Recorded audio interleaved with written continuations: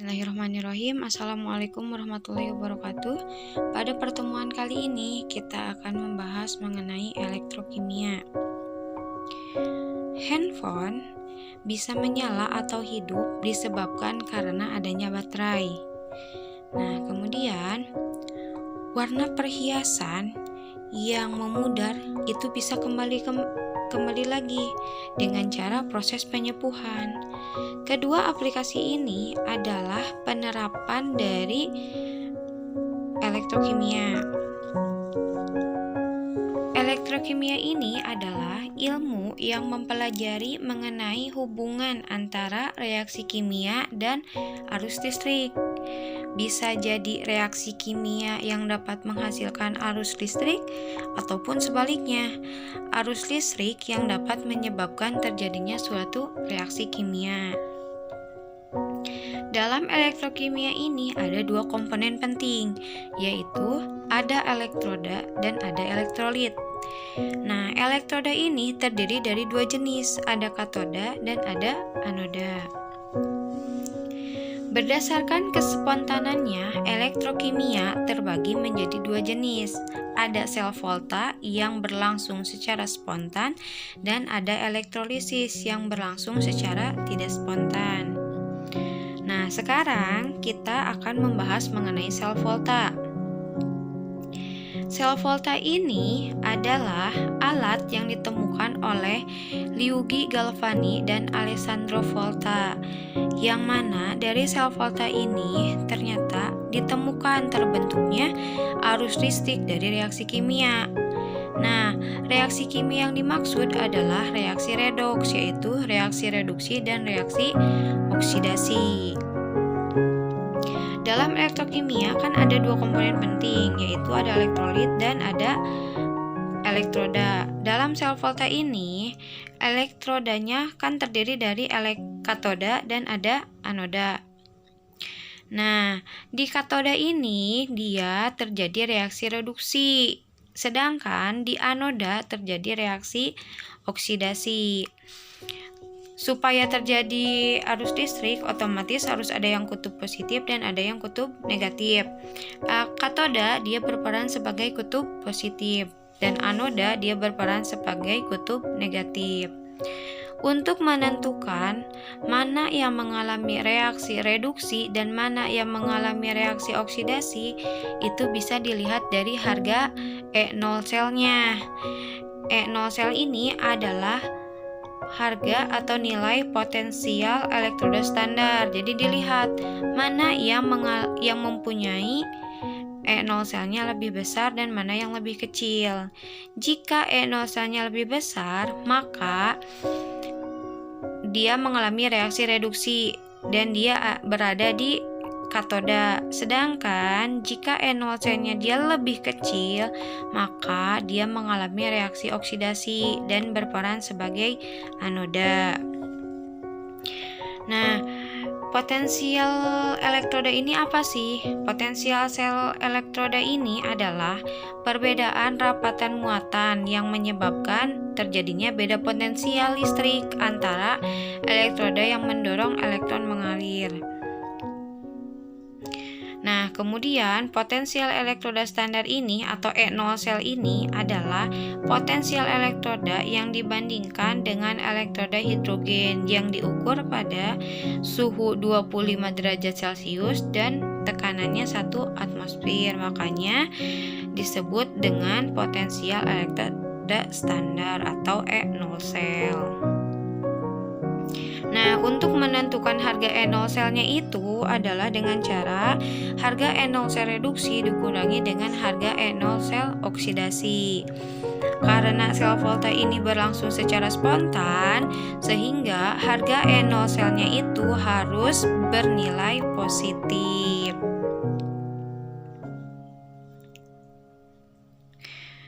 Nah, ini adalah nilai potensial elektroda standar dari beberapa elektroda.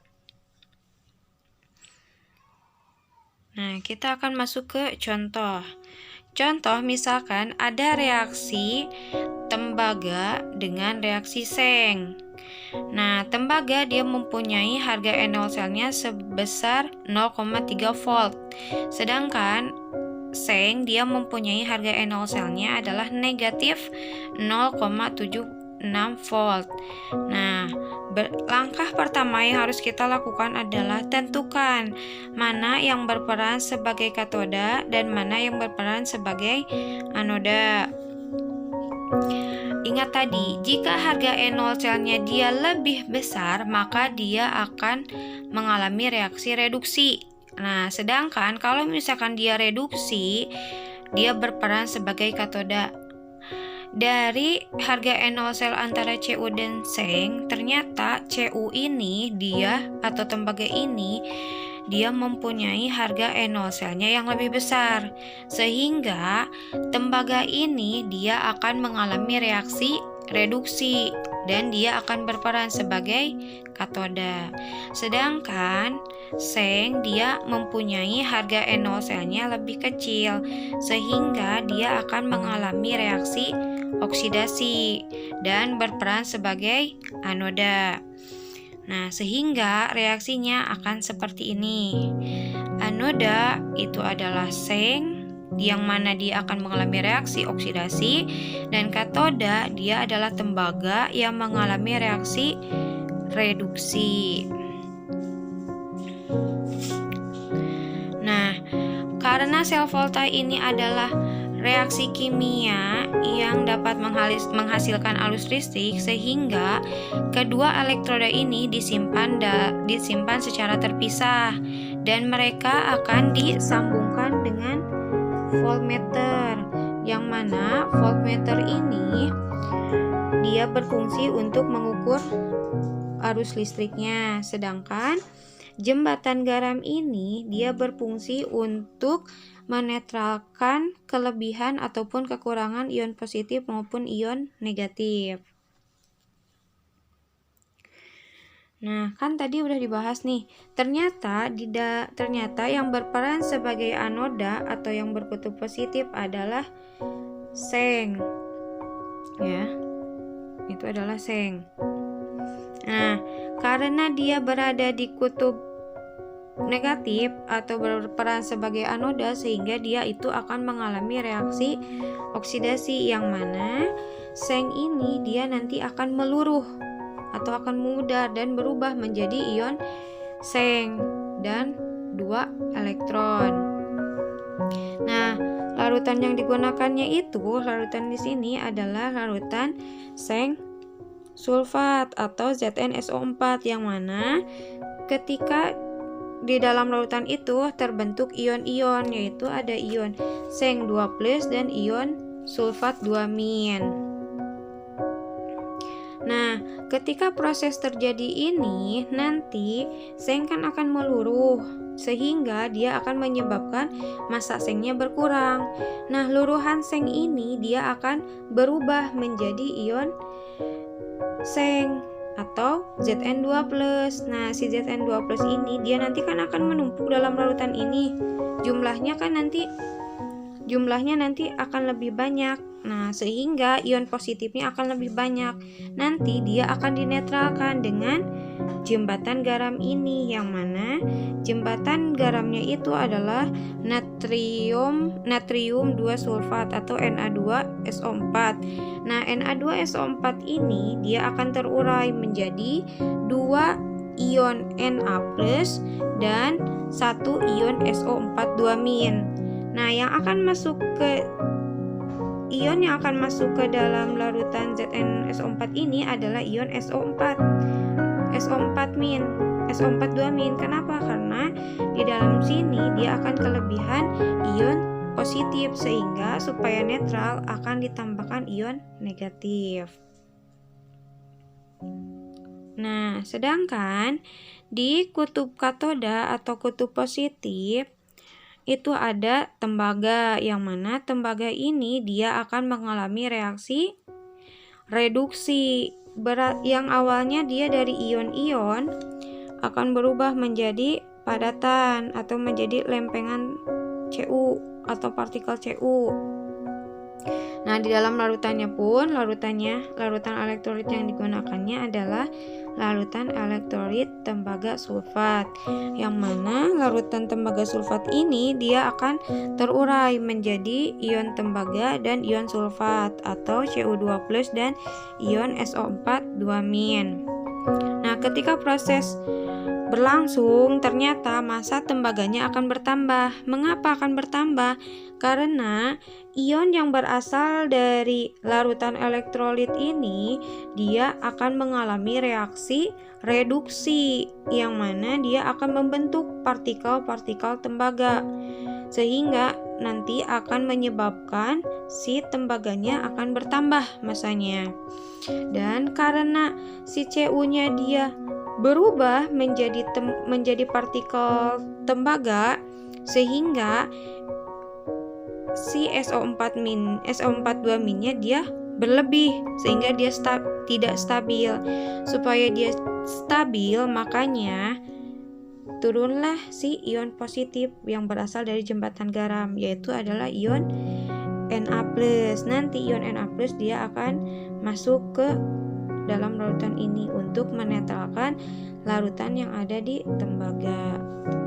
Nah, kemudian elektron ini dia akan mengalir dari anoda, dari kutub negatif ke kutub positif. Kenapa? Karena elektron ini dia bermuatan negatif, otomatis dia itu akan bergerak ke kutub positif.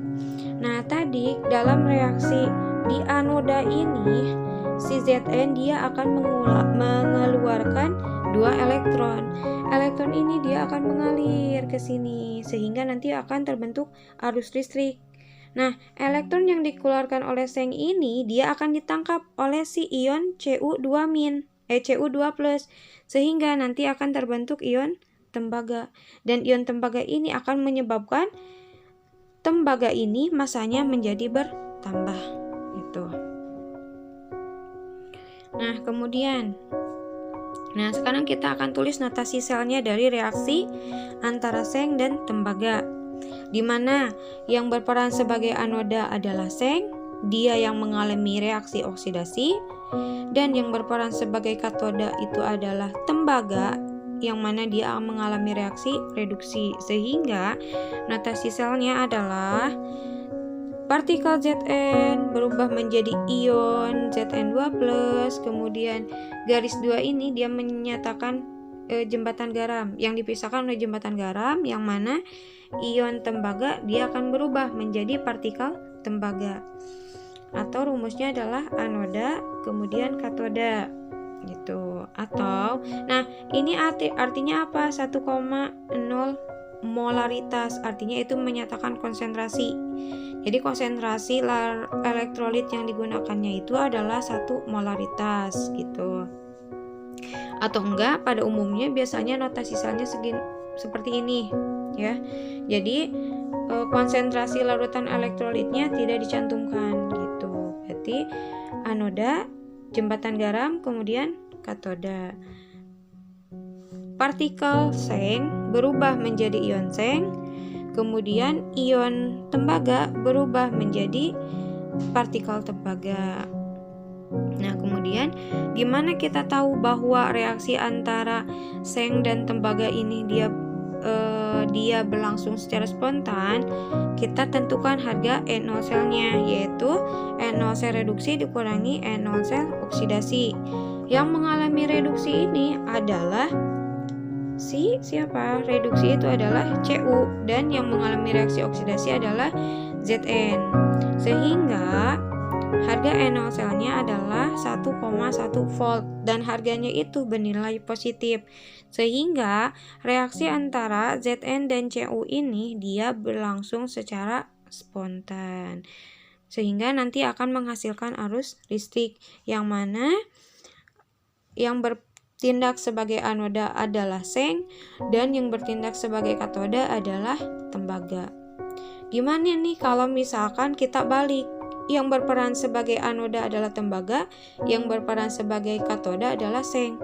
Nah, itu tidak akan berlangsung spontan atau tidak akan terjadi arus listrik. Kenapa?